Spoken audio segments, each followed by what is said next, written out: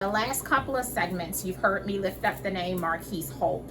His 62-year sentence has just really rippled inside of my heart and my core. So daily I'm sending up prayers, but I'm also so just inspired by his level of peace that he has with the situation and his level of cheer. Even through the bars, he's still able to send a smile. So I actually arranged to have a conversation with him this morning, and I'm hoping that you all can hear from him.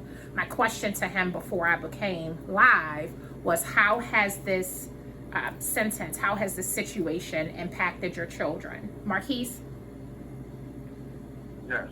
I've been incarcerated since my children were 1, 2, and 6. And now they are 8, 9, and 13.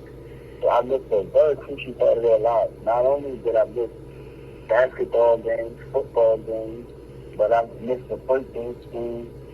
I missed birthdays. I've not been home for their birthday yet. This holiday.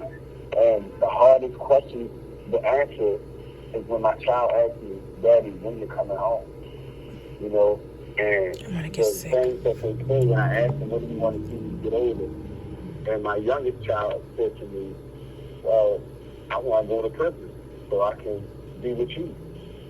And I had to explain to him that this is not something, you know, that she would want to do. You know, the system ain't built for us. So I told him, how about you do something to make a change? So that way you can stop people from going to prison and not being involved. So my child I had talked to me yesterday, he said he wanted to be a football player.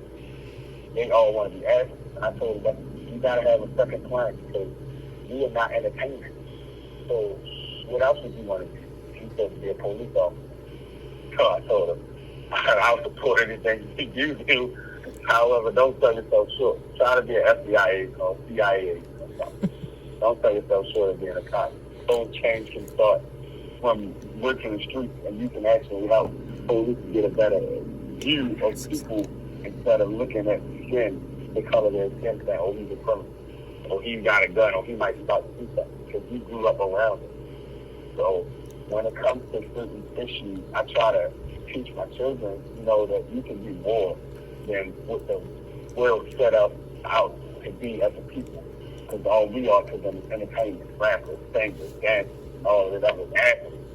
You don't got to do that, and you definitely don't have to sell drugs to make it out of a neighborhood or any rough situation. You can sit at the same table as them. So for me to not be there and be able to physically teach them certain things, it hurts me because they look up to me, you know. And one of my children is doing very good.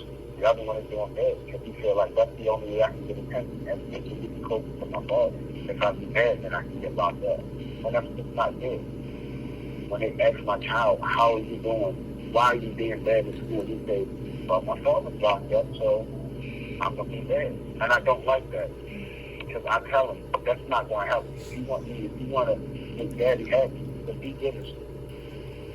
So now he turned around to be good in school. But a lot of the things, you know, I can't do, so I can only draw pictures and stuff for him.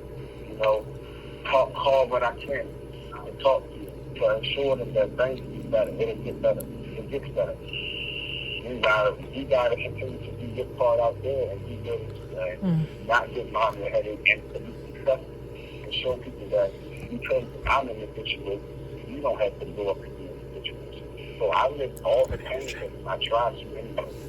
I try to go through these things with a smile so that way they can see no matter what situation you're in, you're stronger than it. So you can always be better. So yeah, it impacts me from that aspect because the things that I'm not able to do, it limits me to the things that I'm able to do.